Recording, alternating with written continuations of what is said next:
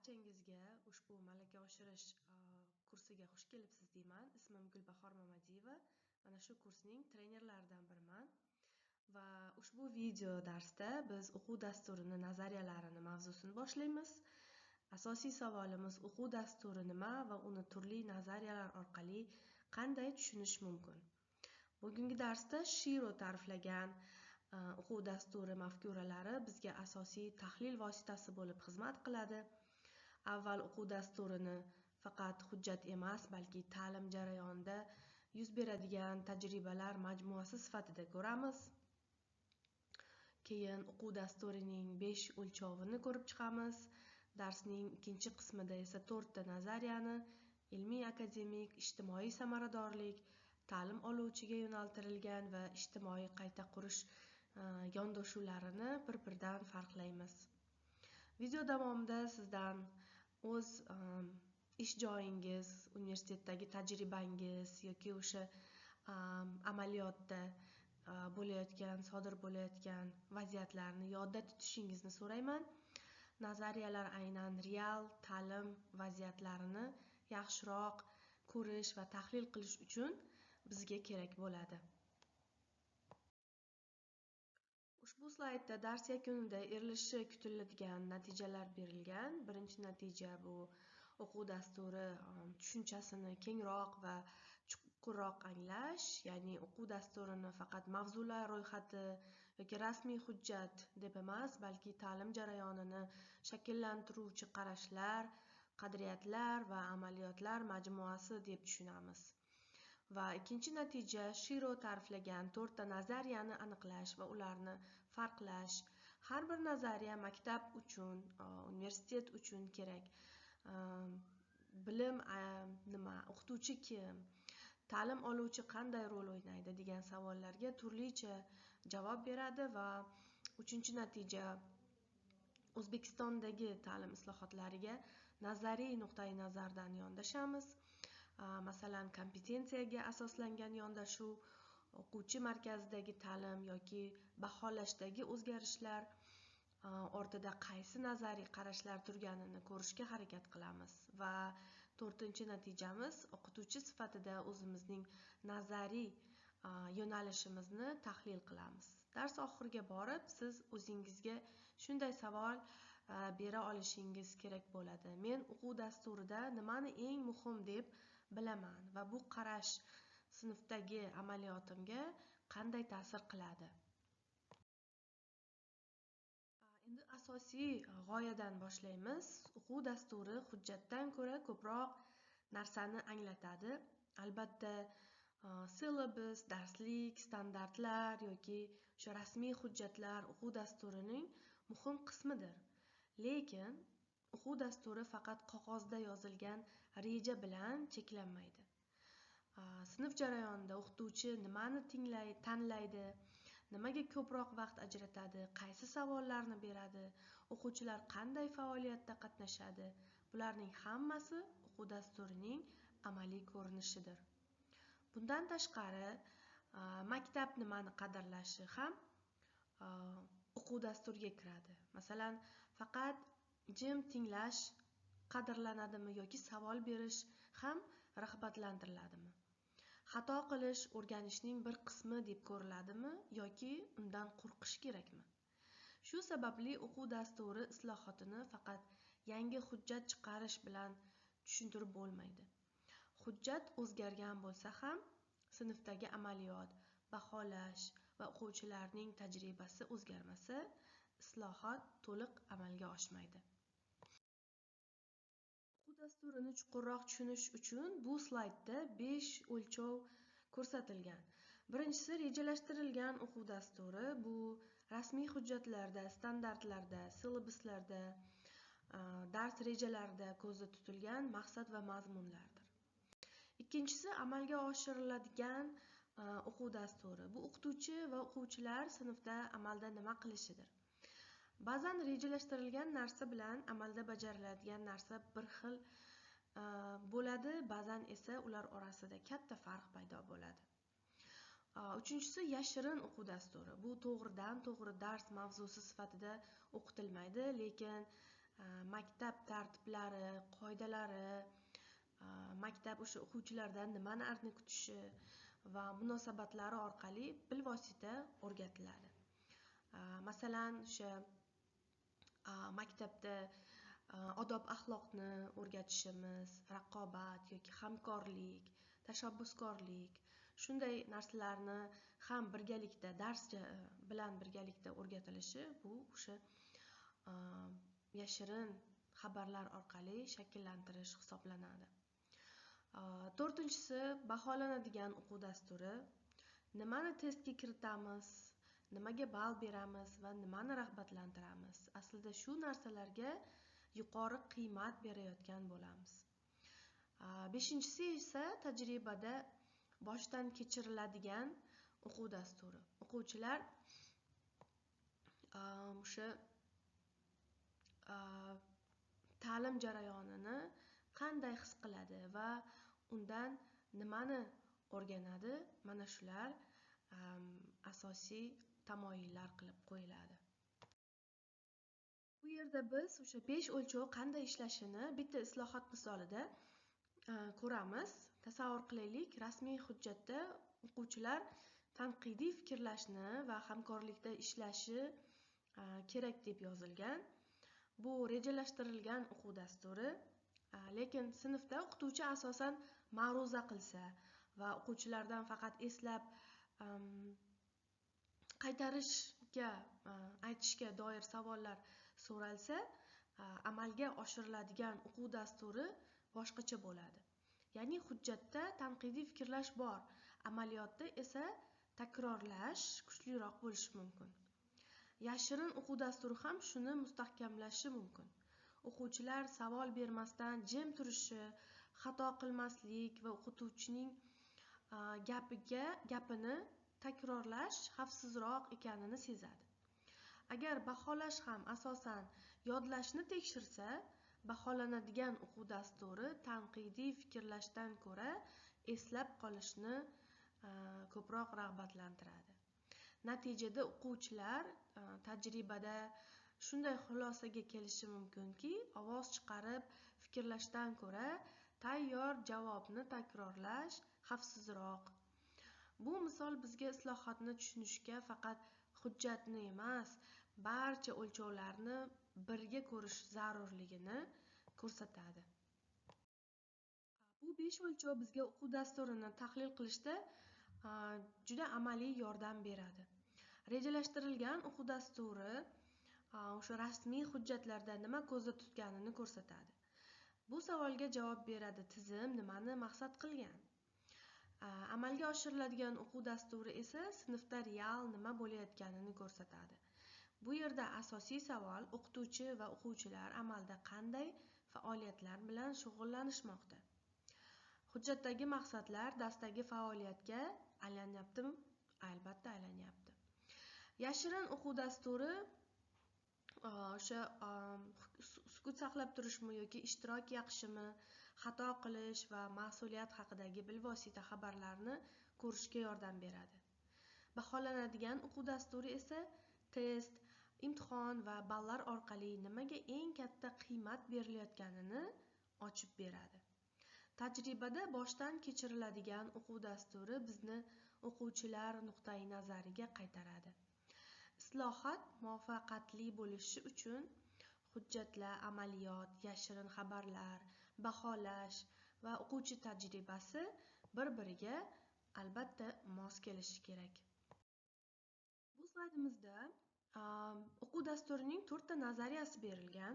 Birinchi ilmiy akademik yondashuv, ikkinchisi ijtimoiy samaradorlik yondashuvi, uchinchisi ta'lim oluvchiga yo'naltirilgan yondashuv va to'rtinchisi ijtimoiy qayta qurish yondashuvi. Bu nazariyalarni o'rganayotganda ularni faqat nom sifatida yodlab olish yetarli emas.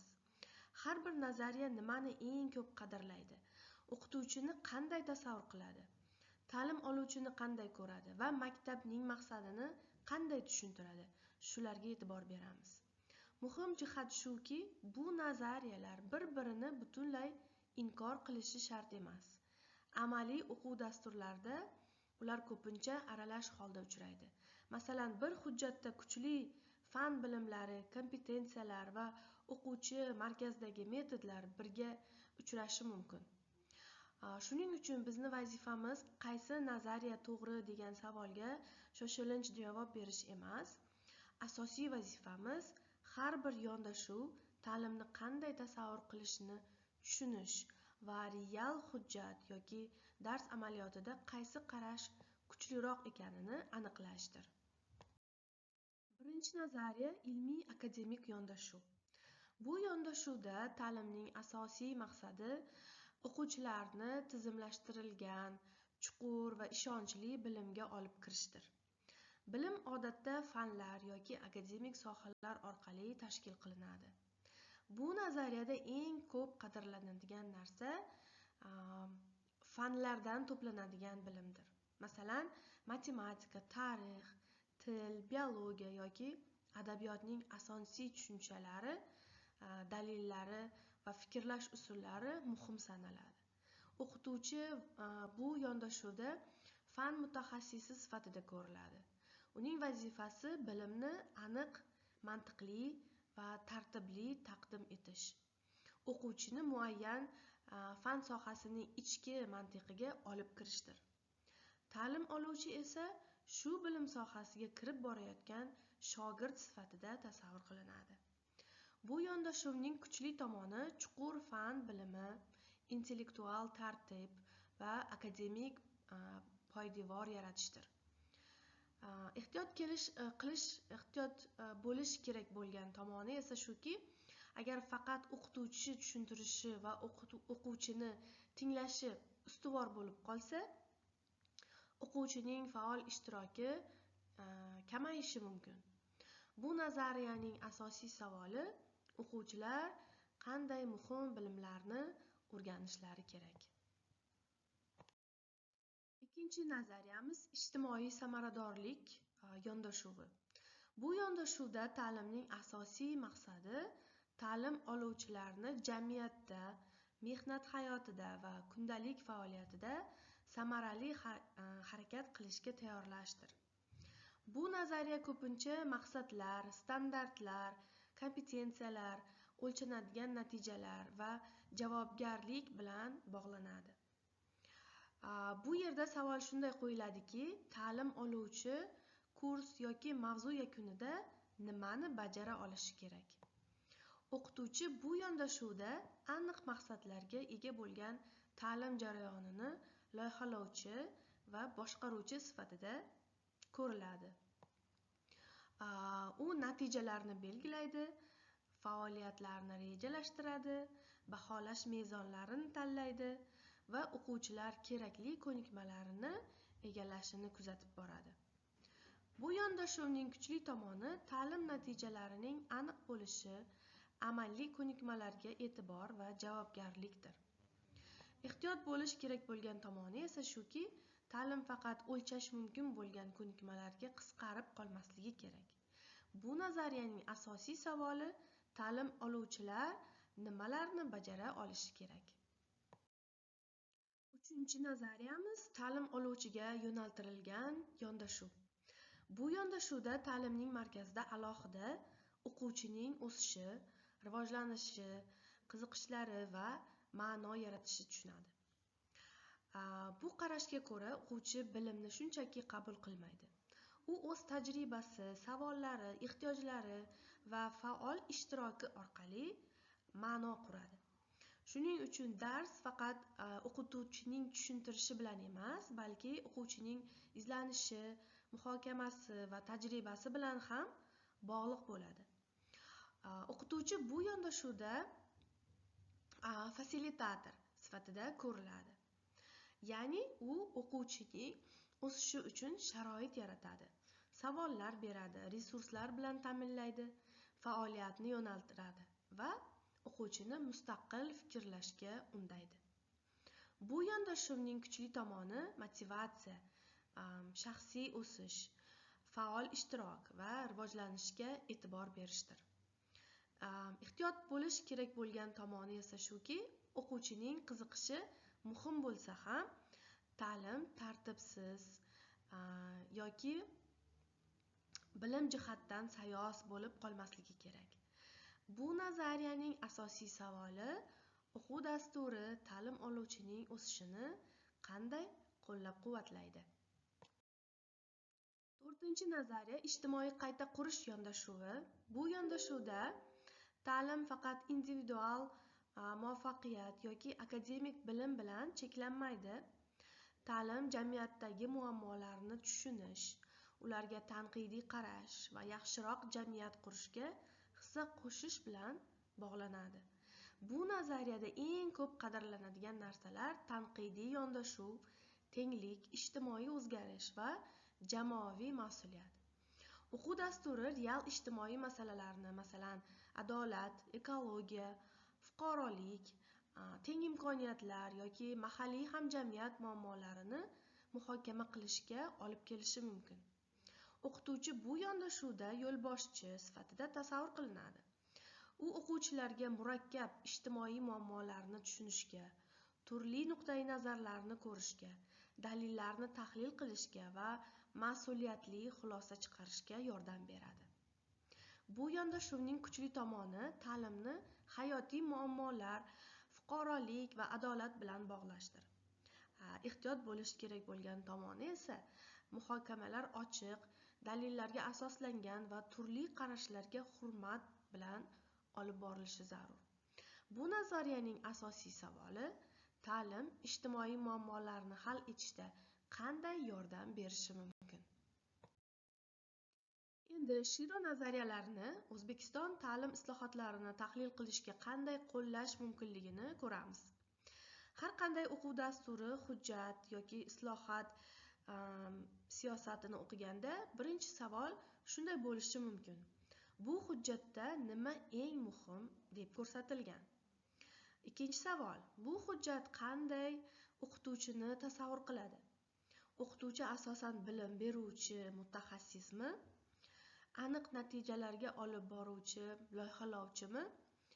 O'quvchini qo'llab-quvvatlovchi fasilitatormi yoki ijtimoiy masalalarni muhokama qilishga yo'naltiruvchi yo'lboshchimi? Va uchinchi savol: bu hujjat qanday ta'lim oluvchini tasavvur qiladi? O'quvchi bilimni egallovchi shogirdmi? Ko'nikmalarni namoyish etuvchi ijrochimi? Ma'noni faol quruvchi shaxsmi yoki jamiyatni tahlil qiluvchi ishtirokchimi? 4-chi savol: qaysi nazariya eng kuchli ko'rinadi?